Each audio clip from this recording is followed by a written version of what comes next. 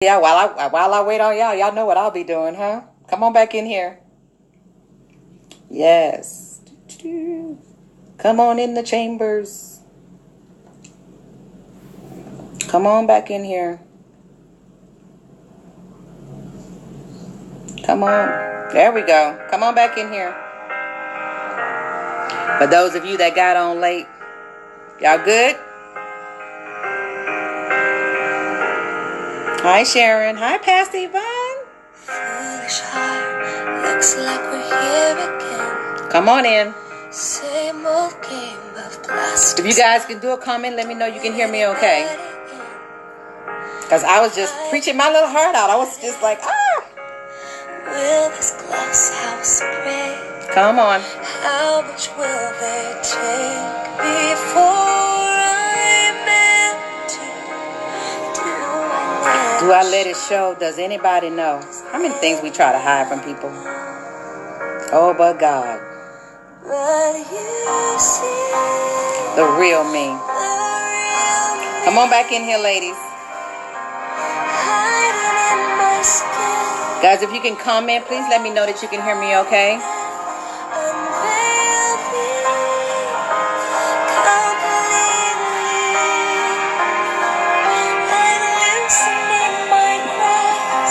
Thank you. Thank you, Sharon. All right, ladies. You know I'm not going to go on without you. Come on. Lord, I thank you that you see the real me. Come on back. Come on back in.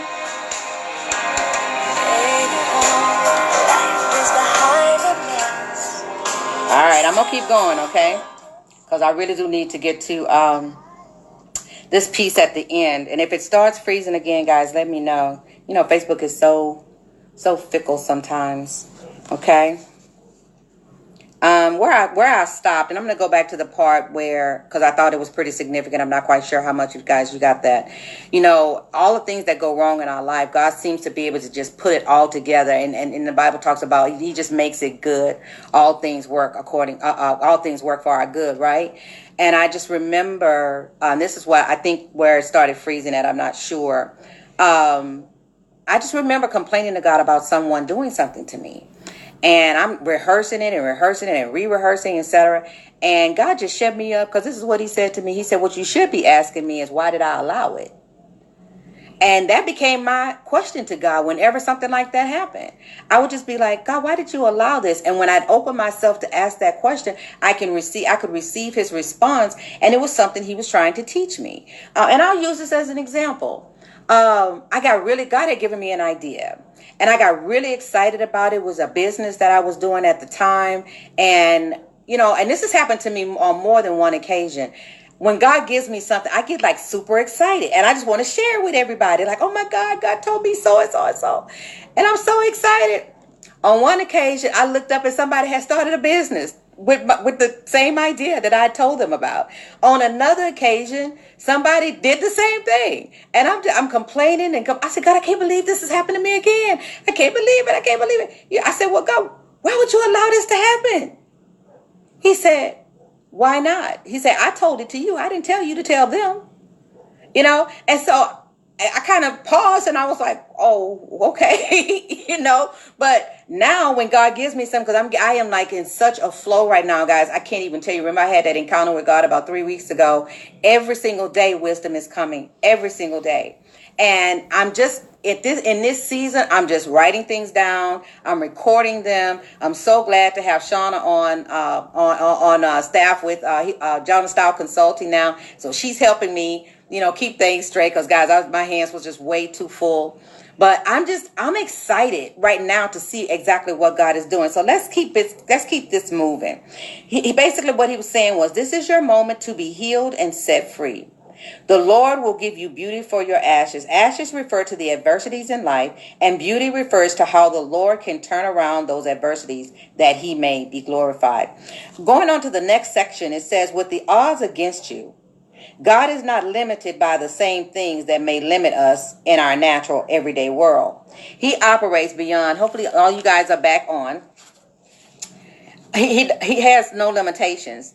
He can take past failures, lack of resources, poor upbringing, God takes whatever we have and applies his love and favor to it and lets it soar, causing you to excel in the most unlikely situation. And I'm laughing because I'm thinking about my whole Michigan transition. That was such a leap of faith for me, and to see what God did for me in that moment, and how when I came back from Michigan, guys, I have business partners all over the world. I have multiple businesses, multiple income streams, just from that major transition. But he had to prepare me for the journey. This whole this Esther move is a move. I'm just here to tell you I'm not afraid of it. I was telling a business friend of mine, I said, I'm not afraid of it. I think before in the past, whenever God would give me something new, that would be some fear. No fear. Remember that song we had last week? No, there's absolutely no fear. Now, in the rest of this chapter, she goes on to talk about how God can do what he said. He can take all these different negative things in your life and make them for good. And there are some testimonies in here. I want to read the declarations because I hope you guys read the ones from the end of the chapter. Thank you, darling, from last week. But I want to read these. And it says, I declare that my light has come. No longer will I sit in darkness, for the Lord is releasing heavenly revelation and illumination to me. My purpose is getting clearer. I hope yours is too. Mine's very clear. That's why we're getting ready to go on this cruise. I am a woman. Welcome back, Jona. I am a woman who has mental, emotional, and spiritual fortitude. New strength is arising within. I choose to move forward in the face of trauma. I will sustain a sense of personal meaning in life. I will not be destroyed by the events that happened to me. I receive inner strength to overcome. I declare that I will not let difficult or traumatic events define and derail my destiny. I will not allow a spirit of bitterness, hurt, and unforgiveness rule my life. I refuse to have a victim's mentality. I am strong and able to withstand opposition. I will continue blessing and serving the Lord and others, even in the midst of storms and crises. I am the arrow. I am the arrow of deliverance that the Lord is polishing to strategically shoot out from his quiver. That's powerful right there. Somebody need to write that, put that on your mirror. I am a woman who is able to bear up under pressure and adversity. I am conspicuous, distinguished, outstanding, and preeminent. I will shine bright like a diamond for the King of glory. Lord, you are my refuge and my strength, my very present help in a time of adversity. I embrace your healing and deliverance. You are the glory and the lifter of my head. The brightness of God's countenance is turned towards me. I am the apple of your eye, and the favor and glory of the Lord will arise over me. Lord, clothe me in a mantle of dignity, strength, in Jesus' name. Oh, I so love that. Love it, love it, love it, love it, love it. All right. So now I have to give to you something that God gave me. Oh God, in the last 24 hours, ladies. So let me pull this up. This is not in the book. It is not in the Bible. Remember I told you last week, I wasn't really sure where God was going to go with all of this. But I don't know how many of you have seen the movie One Night with the King. Tommy Timmy is someone that I know. He wrote the movie. It's out there on YouTube. I'm going to post it in the group, Kafar, if you can get it. I don't know if I sent that one to you. The song at the beginning, guys, I really want you to meditate on that song, because some of you guys need to just say the words. You need to say the words because, you know, you got a lot going on in your life. You're thinking everybody outside of the house doesn't really see what's going on, but God sees you. And that song basically says he loves you just the way you are. He did not put the situation on you, and he wants you free. So I'm going to suggest, and Kafara, I sent that link to you. If you can put that in the comments so the ladies can have that. So here's what happened. God started ministering to me about relationship. I said, God, this whole book of Esther is all about a man and a woman's relationship. And when you read it, I mean, you stopped in the Old Testament and put a little small book smack dab in the middle of the Old Testament to talk about a man and a woman's relationship. He said, because it's important. That is a huge area in which my daughters abound. So I searched out, found my DVD, watched it. And then I found out they have it on YouTube. Of course they did. But I'm going to read this, okay? It says, one night with the king. One night with the king it's a type and a shadow of what the process, a real relationship with the Father really looks like. By showing what real love, intimacy, and true worship looks like between Queen Esther and the king. And here's what God said to me. God says that there is a level of worship and intimacy that very few women get to experience. We as women are so hungry for intimacy, and most men, guys, can't teach it to us. They don't know how to deliver it. God, our King, is the only one who can address it because he created us. We were created for it. Remember I talked about those passions that you have? They were put inside of you by the King. It's in our DNA. That's why we give ourselves, and that's what, Lord Jesus, help me. That's why we give ourselves so easily to a man, because we're looking for it. We hunger for it. The king that you've been assigned to, there are things, and this is what God told me. Okay.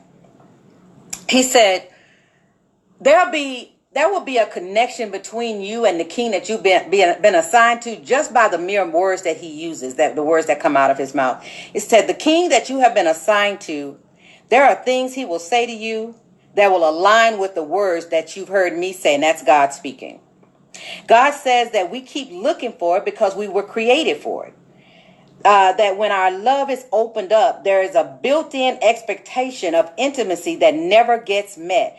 And if you notice, especially if a woman goes from man to man, there's something that's on the inside of her that she's wanting to connect to that he just can't deliver, because all he wants is sex. All he's looking is for that. She's looking for intimacy and relationship. And what God was telling me, and I believe wanted me to share with you guys, that level of intimacy first, you have to get it with.